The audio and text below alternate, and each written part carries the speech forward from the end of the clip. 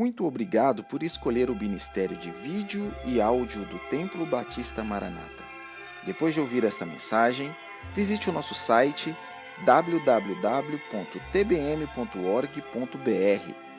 Nossa igreja oferece discipulado cristão, instituto bíblico e muitas oportunidades para o seu crescimento espiritual.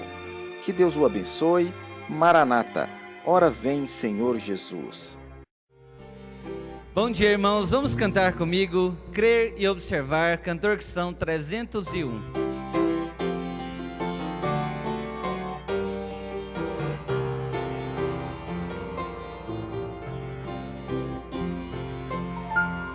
Em Jesus confiar, suas leis observar, ó que gozo, que bênção, que paz, satisfeitos guardar, tudo quanto ordenar, alegria perene nos traz. Crer e observar, tudo quanto ordenar, o fiel obedece ao que Cristo mandar. O inimigo falaz e a calúnia mordaz, Cristo pode desprestigiar. Nem tristeza, nem dor, nem entrega maior poderão ao fiel abalar. Crer e observar, tudo quanto ordenar, o fiel obedece ao que Cristo mandar. E delícia de amor, comunhão com o Senhor, tem o crente zeloso e leal, o seu rosto mirar, seus segredos privar, seu consolo constante e real. Crer e observar, tudo quanto ordenar, o fiel obedece ao que Cristo mandar. Resoluto, Senhor, e com fé e ardor, os teus passos queremos seguir, seus preceitos guardar, o teu nome exaltar, sempre a tua vontade cumprir. Crer e observar, tudo quanto ordenar, o fiel obedece ao que Cristo manda. Vamos cantar Deus está aqui. Cante com convicção, o Senhor está aqui.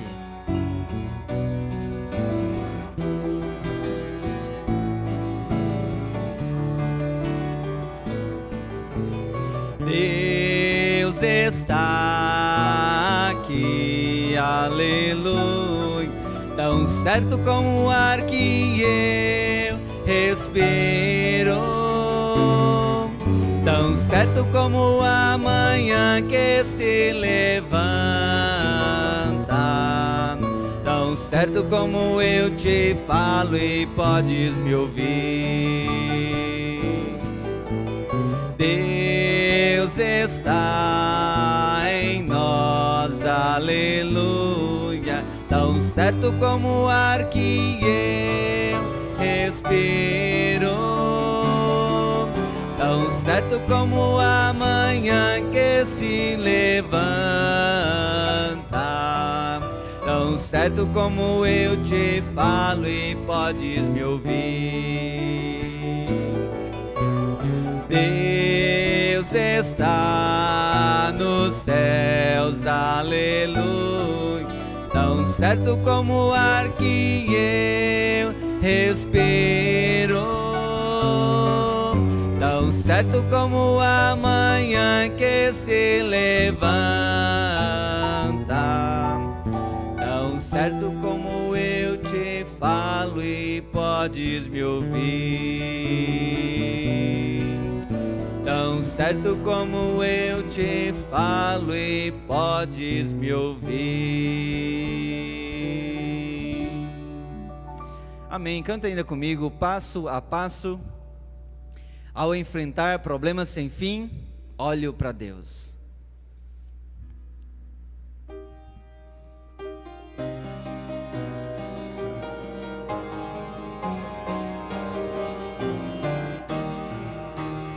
Ao enfrentar problemas sem fim, olhe pra Deus que ajuda-te sim. Se pela fé um passo tomar, bênçãos divinas podes ganhar. Passo a passo e um passo a mais. Vá para frente, não volte atrás. É difícil correr, mas é fácil andar. Passo a passo e um passo a mais. Orar a Deus é nosso dever, ler a palavra para crescer. Hábitos bons vais desenvolver, e o inimigo podes vencer. Passo a passo e um passo a mais. Vá para frente, não volte atrás. É difícil correr, mas é fácil andar. Passo a passo e um passo a mais. Vamos então cantar A Fé Contemplada, Cantor Cristão 160.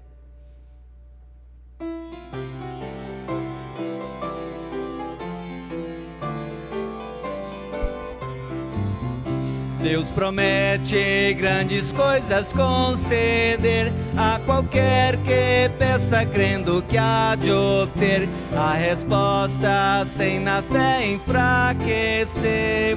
Sua fé Jesus contemplará,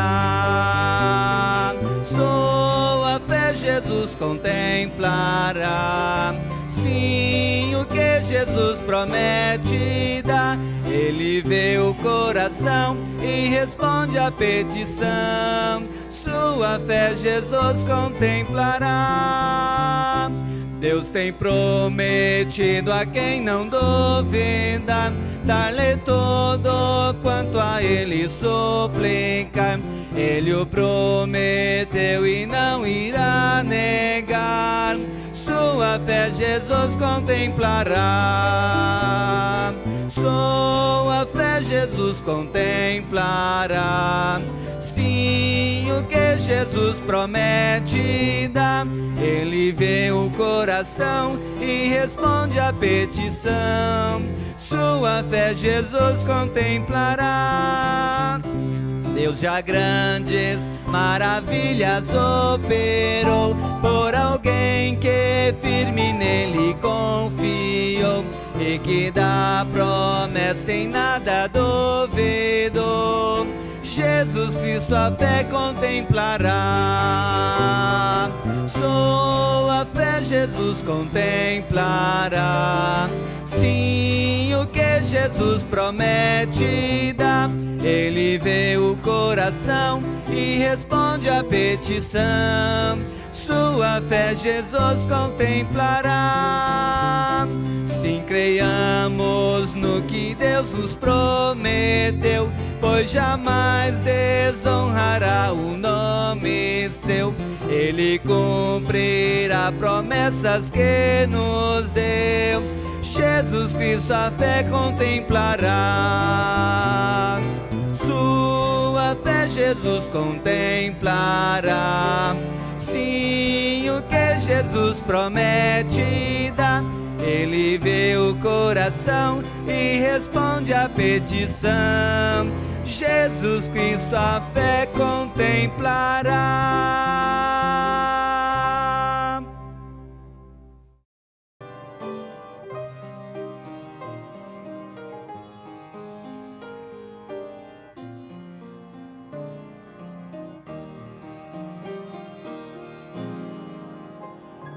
Quando a vida está mais calma, sem nada preocupar, retiro meu olhar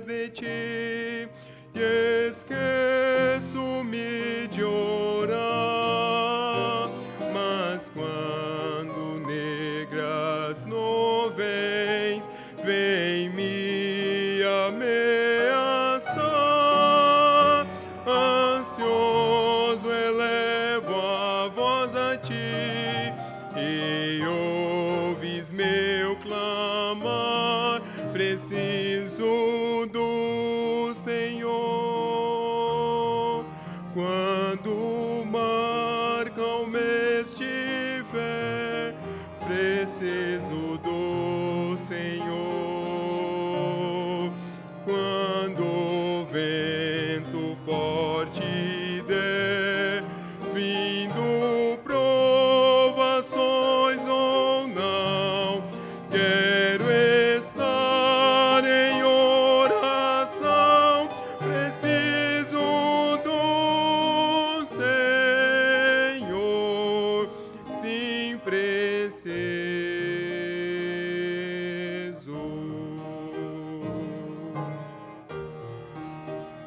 Senhor, eu sou tão fraco, sê minha proteção.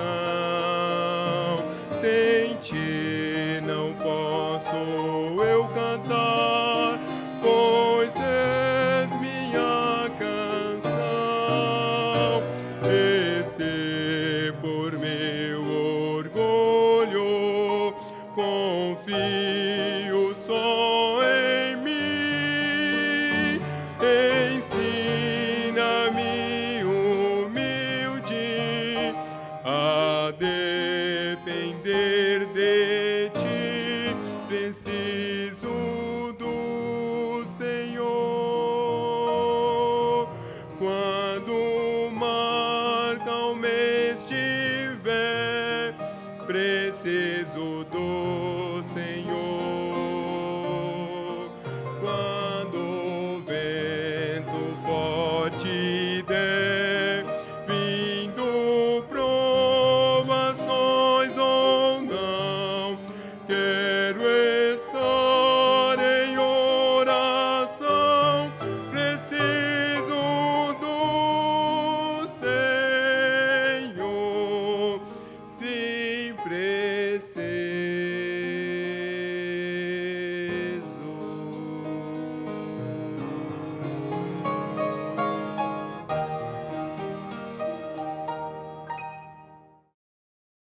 Convido os irmãos a abrirem as suas Bíblias na segunda carta de Paulo aos Coríntios, capítulo de número 1. Eu vou ler dos versos 3 a 7 para a mensagem desta manhã, que tem como título, Onde encontrar consolo?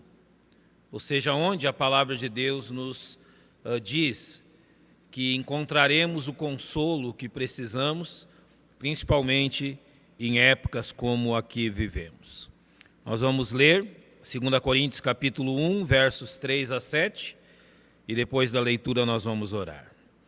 Bendito seja o Deus e Pai de nosso Senhor Jesus Cristo, o Pai das misericórdias e o Deus de toda a consolação, que nos consola em toda a nossa tribulação, para que também possamos consolar os que estiverem em alguma tribulação, com a consolação que nós mesmos somos consolados por Deus. Porque as aflições de Cristo, ou melhor, porque como as aflições de Cristo são abundantes em nós, assim também é abundante a nossa consolação por meio de Cristo. Mas se somos atribulados, é para a vossa consolação e salvação. Ou se somos consolados, para a vossa consolação e salvação é, a qual se opera suportando com paciência as mesmas aflições que nós também padecemos. E a nossa esperança acerca de vós é firme, sabendo que, como sois participantes das aflições, assim o sereis também da consolação. Nosso Deus e nosso Pai, nós te agradecemos pelo registro desse texto em tua palavra, pelo teu servo, o apóstolo Paulo, que provou de aflições e encontrou a fonte de toda a consolação. Rogamos, Pai, que teu Espírito Santo nos guie enquanto estudamos esta porção das Escrituras, e é confiado no seu ministério que nós oramos em nome do Senhor Jesus Cristo, o nosso Salvador. Amém. Onde encontrar consolo. Quando Paulo escreve essa segunda carta, ele havia tido dificuldades com a igreja em Corinto, e ele está escrevendo essa segunda carta após enviar alguns ajudantes seus, como Timóteo, como Tito, a fim de orientar a igreja. E ele escreve essa carta depois de um período, ou ainda dentro desse período, onde ele viveu grandes dificuldades.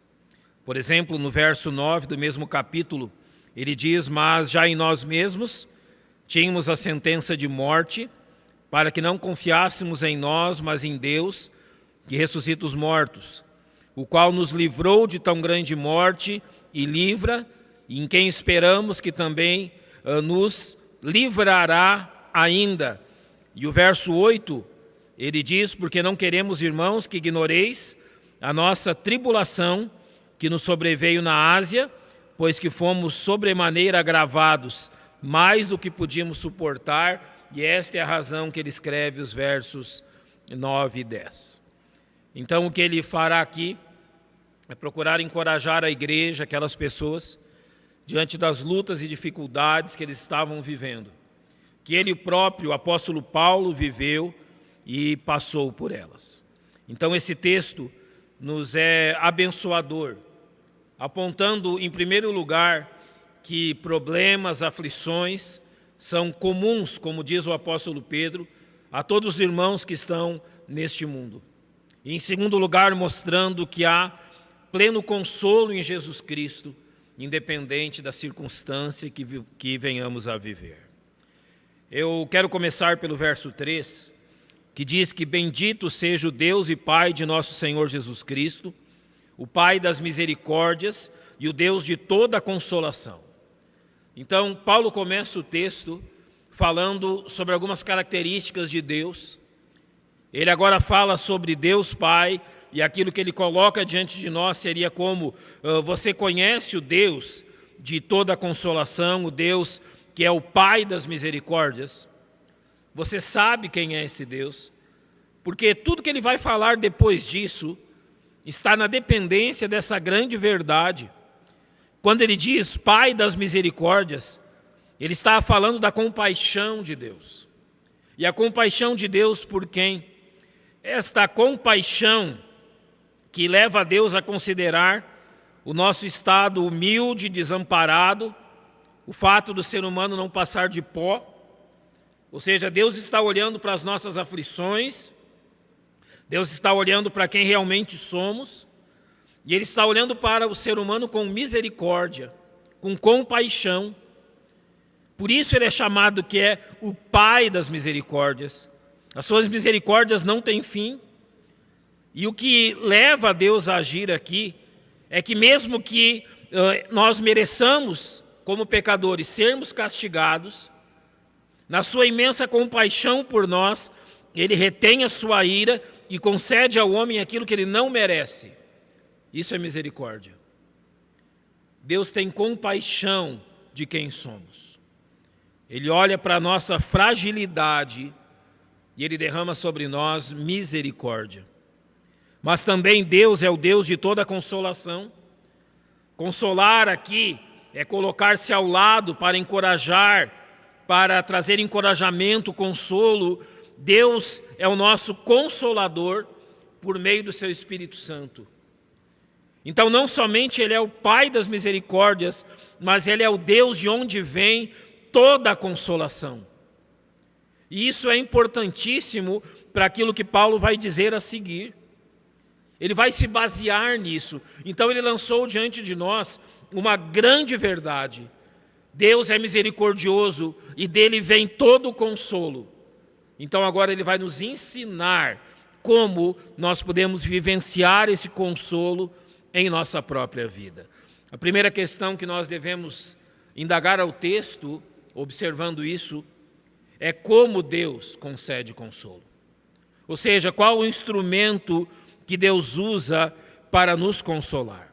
Eu vou usar um texto da Bíblia, que eu creio que você conhece bem, Lucas capítulo 24, quando aqueles 2 discípulos estão saindo de Jerusalém, eles estão se dirigindo a Emaús, eles estão, logo depois daqueles dias, onde Jesus foi preso, julgado, condenado, crucificado.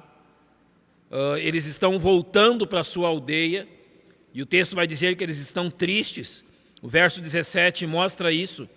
Que palavras são essas que caminhando trocais entre vós, e por que estáis tristes? É a pergunta de Jesus, quando então coloca-se junto deles. Então, após as dificuldades e aflições daqueles dias, totalmente desencorajados, eles estão saindo de Jerusalém e voltando para a sua aldeia. Qual uma das principais dificuldades que temos ao passar por aflições? Nós vamos olhar para esses homens e entender isso, ou seja, por que as aflições nos causam tantos problemas? E quando Jesus olha para esses homens, ele diz, no verso 25, honestos e tardos de coração, para crer tudo que os profetas disseram. Sabe por que eles estavam tristes? E por que eles estavam desencorajados diante daquilo? Há duas questões neles. Eles são nécios e tardos. E o que significa isso? Nécio é a incapacidade de ver sentido ou coerência no que acontece ao seu redor. Infelizmente, isso acontece, e muito, quando nós nos encontramos em tempos difíceis. Temos dificuldades em entender aquilo que está acontecendo ao nosso redor. Quando há tribulações, quando há aflições, nós não somente ficamos desencorajados, mas perdemos a capacidade de compreensão, de entendimento daquilo que está acontecendo. A tribulação tem esse efeito. A pessoa perde a compreensão dos fatos, não consegue discernir as coisas que estão acontecendo ao seu redor. Por isso Jesus os chamou de nécios. Eles não conseguiam entender tudo aquilo que estava acontecendo. Jesus também os chamou de tardos, ou seja, tardios. Aqui diz que eles estavam atrasados na sua compreensão. Os discípulos haviam andado 3 anos e meio aproximadamente com Jesus Cristo. Havia, além dos apóstolos, pessoas que também ouviram as mensagens, ouviram o ensinamento de Jesus. Jesus havia deixado claro que ele iria a Jerusalém, ele seria preso, crucificado e que ressuscitaria. Mas a mente deles não conseguia compreender essas verdades.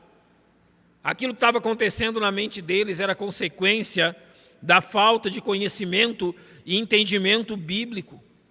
Eles eram nécios e tardos. E isso é aquilo que acontece quando estamos em meio a aflições. No verso 15, nós temos descrito a atitude que Jesus tomou com ele. E aconteceu que, indo eles falando entre si e fazendo perguntas um ao outro, o mesmo Jesus se aproximou e ia com eles.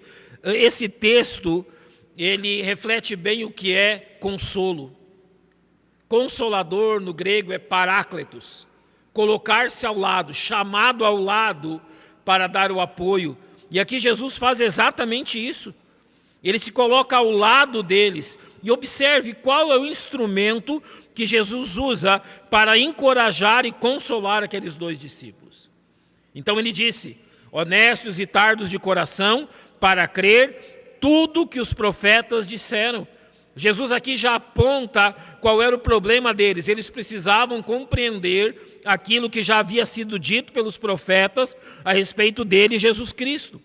Então ele lhes diz, porventura, ou seja, não é certo que convinha que o Cristo padecesse estas coisas e entrasse na sua glória? Ou seja, isso não foi explanado a vocês? Então olha o que o verso 27 diz.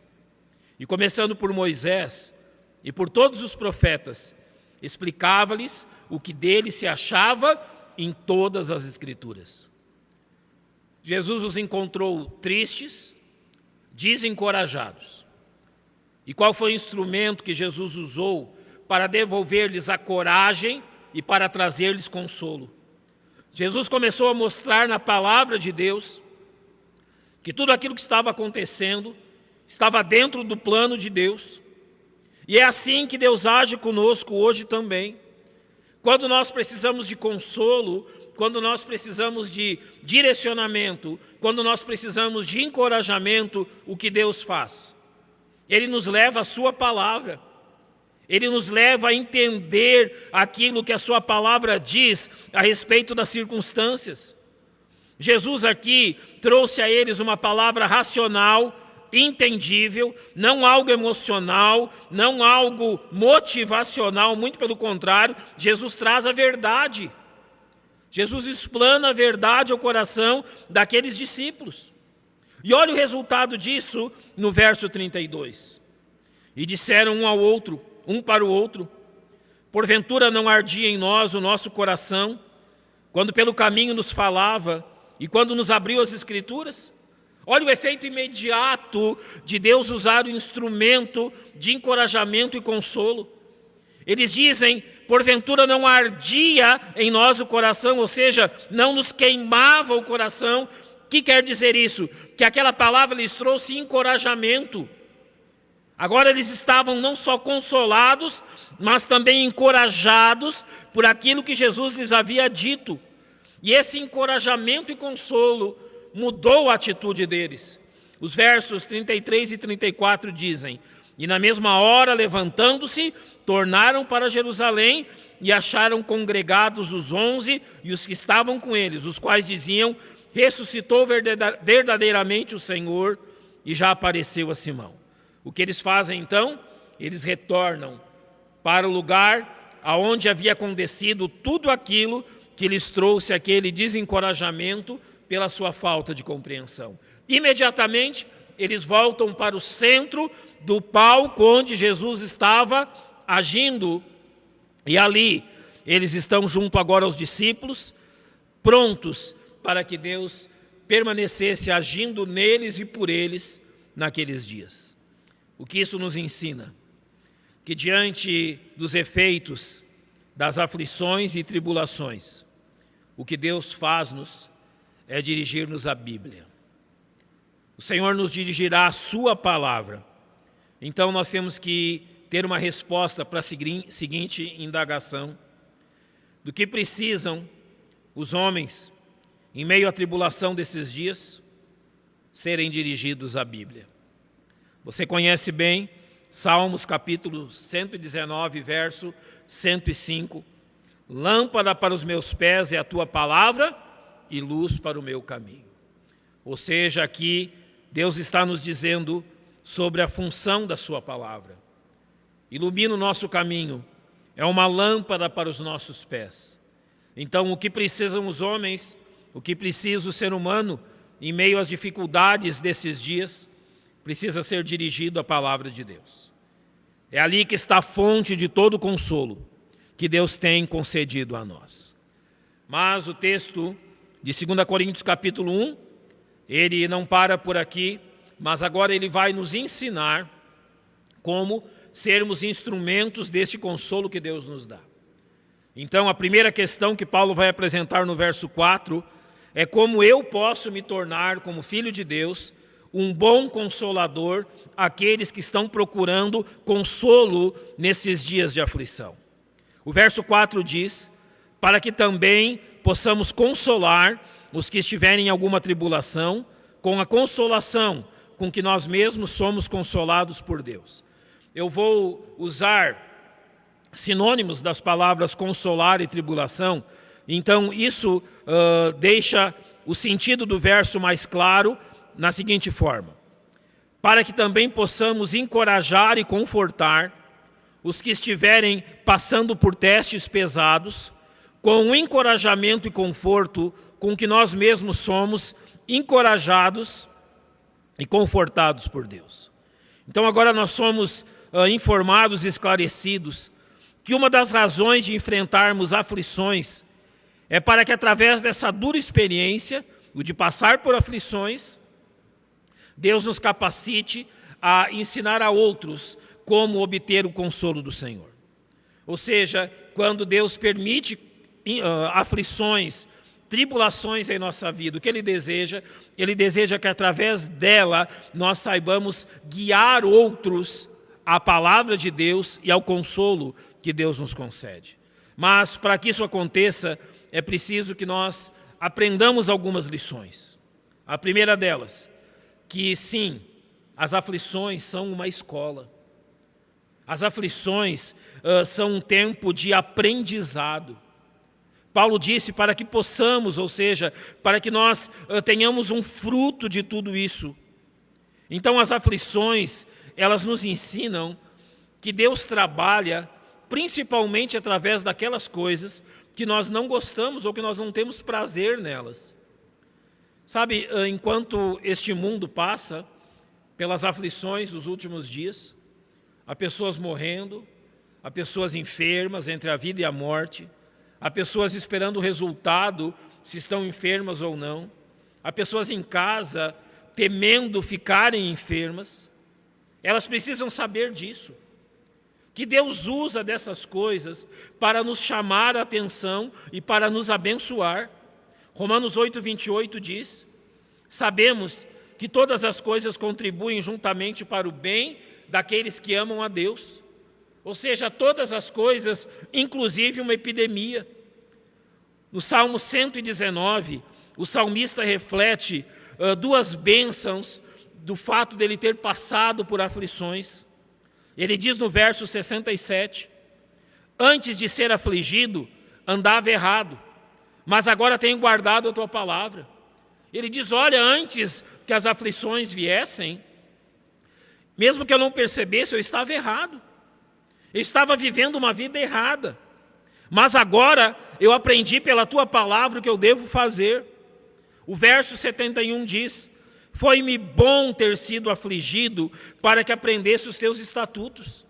Quantas pessoas não estão aprendendo sobre Deus em meio às aflições desses dias?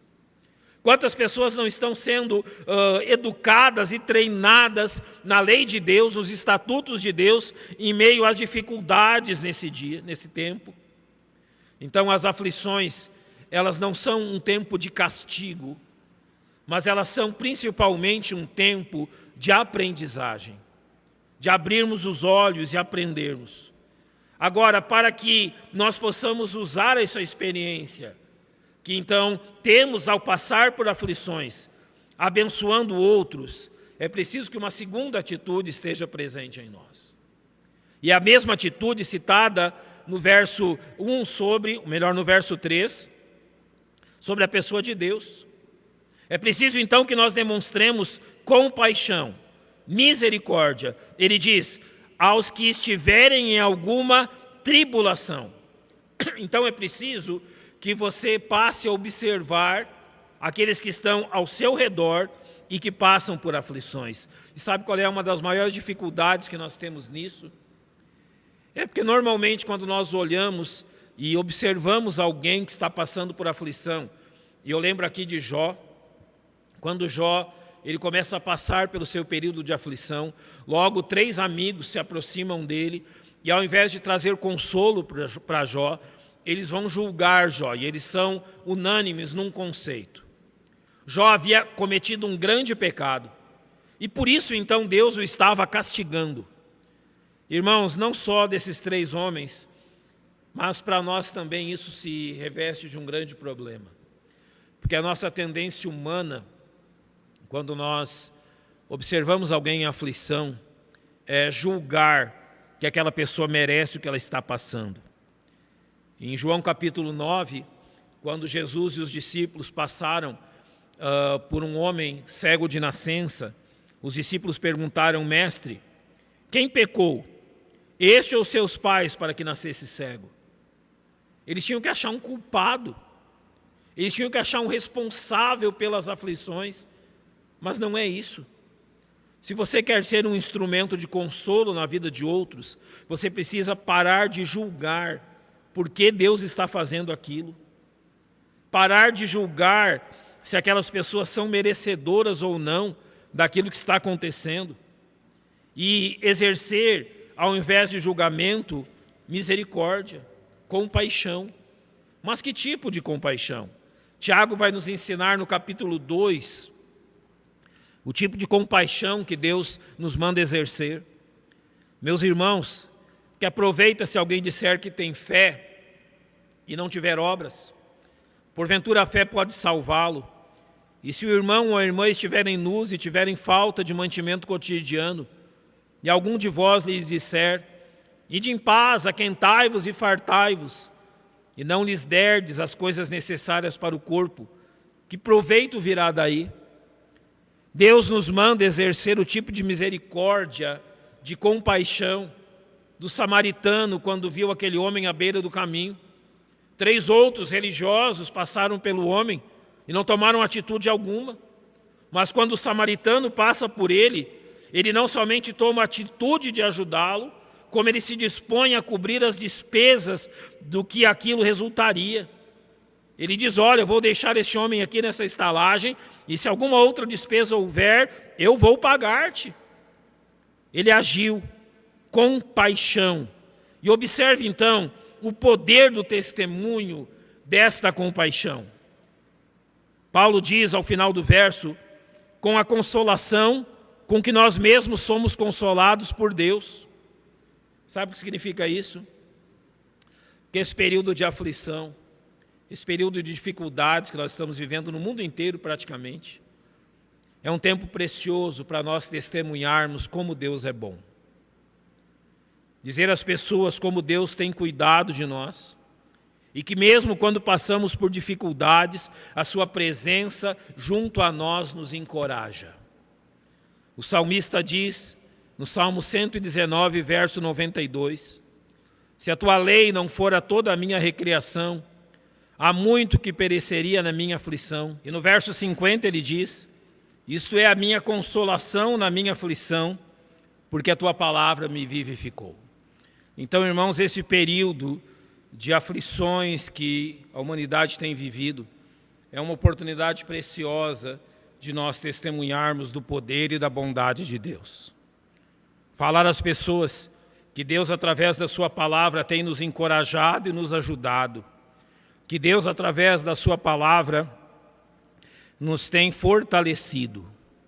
Então use isto. Agora, no verso 5, de 2 Coríntios capítulo 1, Paulo vai nos dizer, porque como as aflições de Cristo são abundantes em nós, assim também é abundante a nossa consolação por meio de Cristo. Há 2 coisas preciosas aqui. Paulo vai nos ensinar a razão das nossas aflições, e ele vai mostrar que a razão das nossas aflições é a mesma razão do nosso consolo. Nós que já conhecemos Jesus Cristo. Nós não ignoramos, irmãos, como crentes, que boa parte das aflições que passamos, se não a grande maioria dela, é consequência da nossa identificação com Jesus Cristo. Nós, cristãos, não teríamos as aflições e os problemas que passamos se não tivéssemos crido em Jesus Cristo como nosso único e suficiente Salvador. E é preciso deixar isso claro. Quando nós cremos em Cristo, o mundo, a carne e o diabo passam a ser nossos inimigos. E nós passamos a ter problemas que antes nós não provávamos. Então Jesus Cristo é sim a causa de muitas das nossas aflições, e ele predisse isso no Evangelho de João, capítulo 15, verso 18. Se o mundo vos odeia, sabei que primeiro que a vós me odiou a mim. Ou seja, ele está dizendo que nós teríamos as mesmas dificuldades que ele teve enquanto andou nesse mundo. E a razão é a nossa identificação com ele. Agora, por que isso acontece?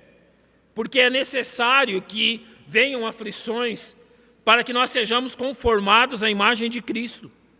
2 Coríntios 12, 10, usa o exemplo do apóstolo Paulo. Ele estava passando pelo problema que nós chamamos de espinho na carne. E ele havia orado ao Senhor por 3 vezes para que Deus tirasse essa dificuldade da vida dele. E por 3 vezes Deus respondeu que não, e a razão está no verso 10. Por isso, sinto prazer nas fraquezas, nas injúrias, nas necessidades, nas perseguições, nas angústias por amor de Cristo. Porque quando estou fraco, então sou forte. O que as aflições fazem em nosso favor? Elas nos tornam fortes. Passar por problemas, passar por dificuldades, para o cristão, tem um objetivo definido: tornar-nos fortes. prontos para outras questões maiores ainda que virão. Mas assim como Jesus Cristo é a razão de muitas dessas aflições, Ele também é a fonte de consolo que recebemos de Deus. Aqui no verso 5, Paulo diz que como as aflições de Cristo são abundantes em nós, assim também é abundante a nossa consolação por meio de Cristo. Você está vivendo muitas aflições por causa de Cristo? Pois bem, você também é abundantemente consolado por causa de Cristo. Você não está perdendo nada. Você não está sendo prejudicado. Muito pelo contrário. Há aflições, mas há abundante consolo em Jesus Cristo. Você tem problemas e dificuldades, sim, mas há abundante consolo em Jesus Cristo. Você tem lutas e tribulações, sim, mas há abundante consolo em Jesus Cristo. Pedro vai dizer, na sua primeira carta, no capítulo 4, que nós não devíamos nos assustar com isso. E ele diz, amados, não estranheis a ardente prova que vem sobre vós para vos tentar, como se coisa estranha vos acontecesse. Mas alegrai-vos no fato de serdes participantes das aflições de Cristo. Se alegrem com isso, porque conforme vêm as aflições, também virá o consolo. Então, em 2 Coríntios 4,17, Paulo diz, porque a nossa leve e momentânea tribulação produz para nós um peso eterno de glória muito excelente. Você tem tribulações e dificuldades, agradeça a Deus por isso. Elas são por meio de Jesus Cristo. Elas acontecem porque você creu em Jesus Cristo. Mas elas também acontecem para que, por causa delas e por causa de Jesus Cristo, Deus envie abundante consolo sobre a sua vida. Então não perca isto de vista. Mas agora, no verso 6, Paulo vai colocar diante de nós uma regra que nós precisamos não somente entendê-la, mas aplicá-la para que esse grande consolo seja real. E a regra é a seguinte: mas, se somos atribulados, é para a vossa consolação e salvação. Se somos consolados, para a vossa consolação e salvação. A qual se opera suportando com paciência as mesmas aflições que nós também padecemos. Sabe qual é a regra aqui? Para obter consolo em Cristo, você precisa tirar os olhos de si mesmo. Sim. Você precisa aprender que estes problemas, que essas tribulações e aflições que vêm, elas precisam ser encarados como parte do plano de Deus. Nós falamos, muitas vezes as pessoas, olha, diante de tal circunstância, não leve no plano pessoal, não leve no terreno pessoal. E aqui se aplica a mesma coisa. Não leve as aflições no terreno pessoal. Deus não está apenas trabalhando com você ou apenas consolando você. Deus está usando a sua vida para trabalhar na vida de outros. Paulo diz, se eu sou atribulado, é para a vossa consolação e salvação. Se eu sou consolado, é para a vossa consolação e salvação. Paulo está dizendo, aquilo que Deus faz em mim, Ele está usando para vocês. Então Paulo tira os olhos de si mesmo e vê que aquilo tem um objetivo muito maior do que ele mesmo. Mas, irmãos, para que nós aprendamos isso, é preciso também que nós estejamos conscientes do poder maléfico da autocomiseração. Sabe qual é uma das grandes dificuldades quando passamos por aflições? Nós passamos a ter dó de nós mesmos. Nós passamos a ter pena de nós mesmos. Ao invés de aprender com as circunstâncias, nós começamos agora a ter dó, pena, a pensar, olha como nós somos tristes por passar por tudo isso. O Salmo 73, ele traz um exemplo, o exemplo de Asaf. Asaf começou a ser afligido, porque ele estava olhando como os ímpios eram abençoados, enquanto ele passava por diversas dificuldades. Então ele diz assim, enquanto amigos meus pés quase que se desviaram, pouco faltou para que escorregassem os meus passos.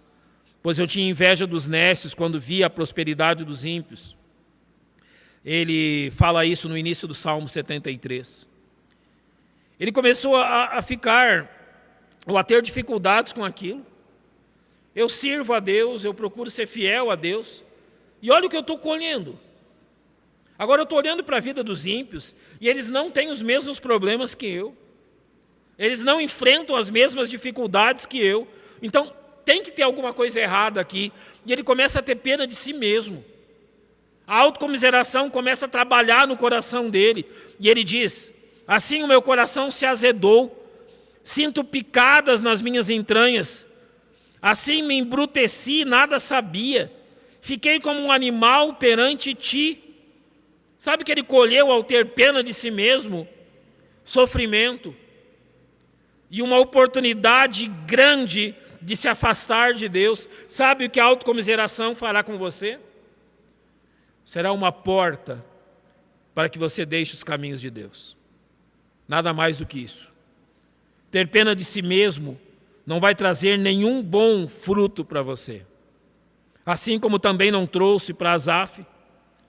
Agora, nós temos um grande consolo de percebermos que nós não vivemos para nós mesmos. Paulo disse isso claramente. Olha, as atribulações que me vêm são para o vosso consolo e salvação. O consolo que me vem são para o vosso consolo e salvação. E ele olha para isso e ele entende, então, como Deus estava usando as aflições para algo muito maior. Olha só o que ele diz em Filipenses 1,12. E quero, irmãos, que saibais que as coisas que me aconteceram contribuíram para o maior proveito do Evangelho. Sabe qual eram as coisas? Ele tinha sido preso. Você consegue imaginar o que é ser preso pelo Império Romano naquele tempo? E ao invés de ter pena de si mesmo, ele diz: olha, glória a Deus que aquilo que me aconteceu contribuiu para que o Evangelho fosse mais pregado. E pessoas foram abençoadas por isso.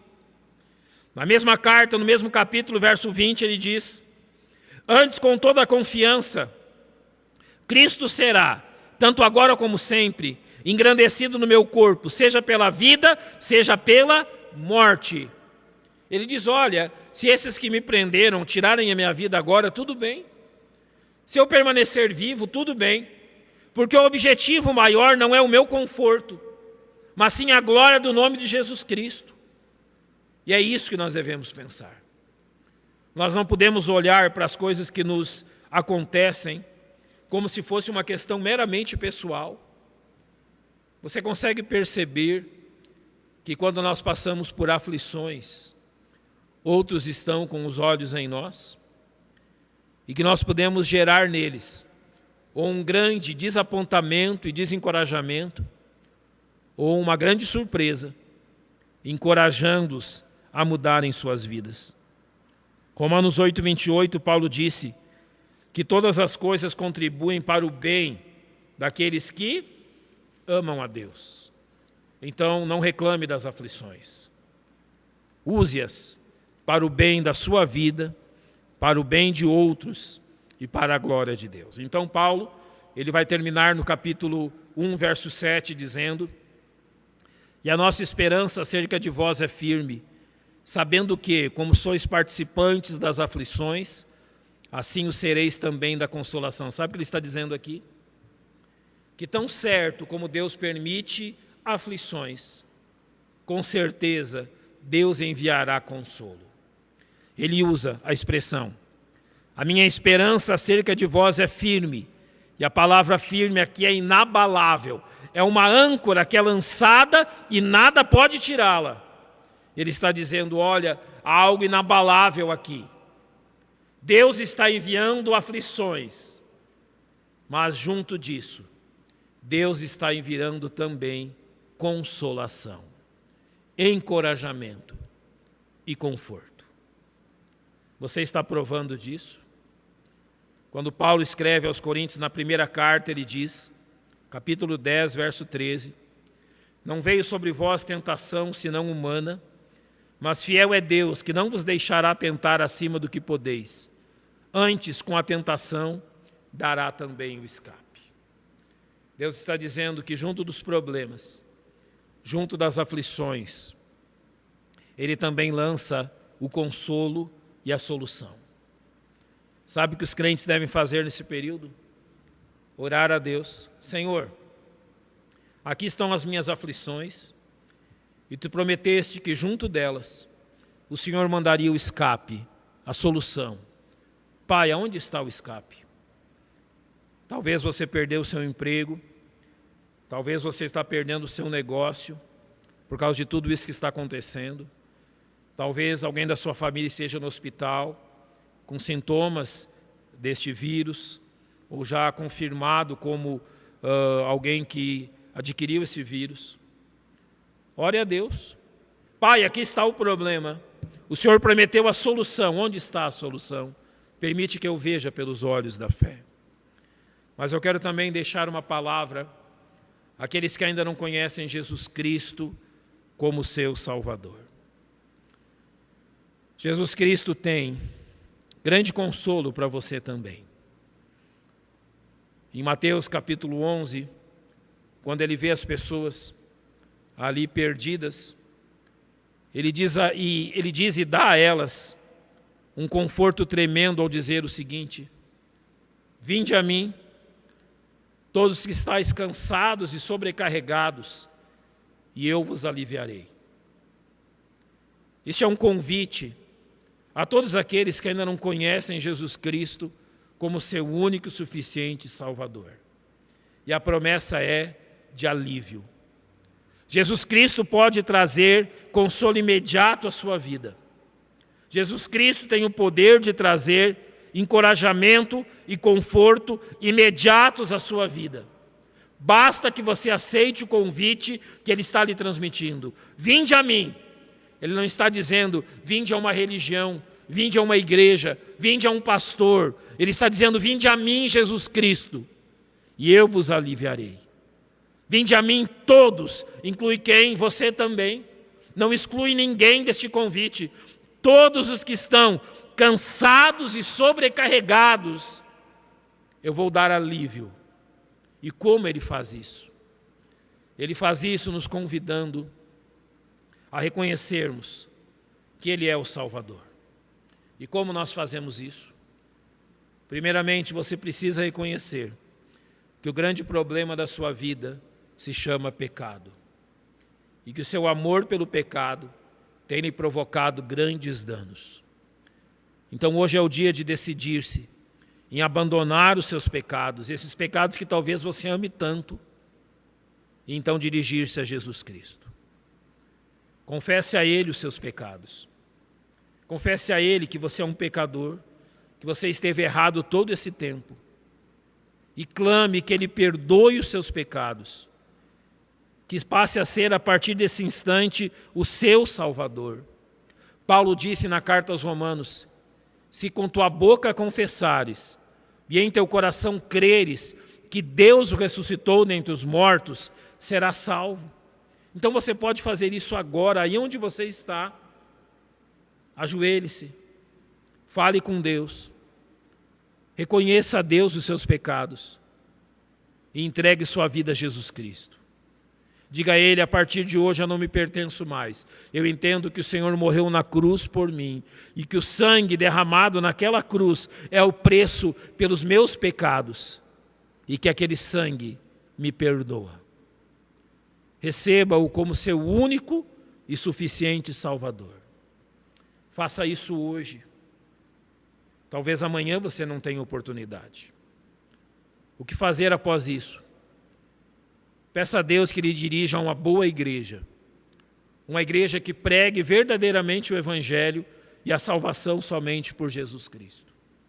Eu lhe garanto, porque isso aconteceu comigo também. Do dia em que eu conheci Jesus Cristo, um enorme fardo foi tirado das minhas costas. Eu não temo mais a morte, eu não temo mais o inferno, porque eu sei que sou salvo por Ele. E enquanto todo mundo está olhando para toda essa balbúrdia que está acontecendo, eu tenho os meus olhos no céu, aguardando Jesus Cristo, meu Salvador. Então este é o convite. E grande consolo há abundante consolo há para todo aquele que crê em Jesus Cristo. Vamos fechar os nossos olhos, vamos orar.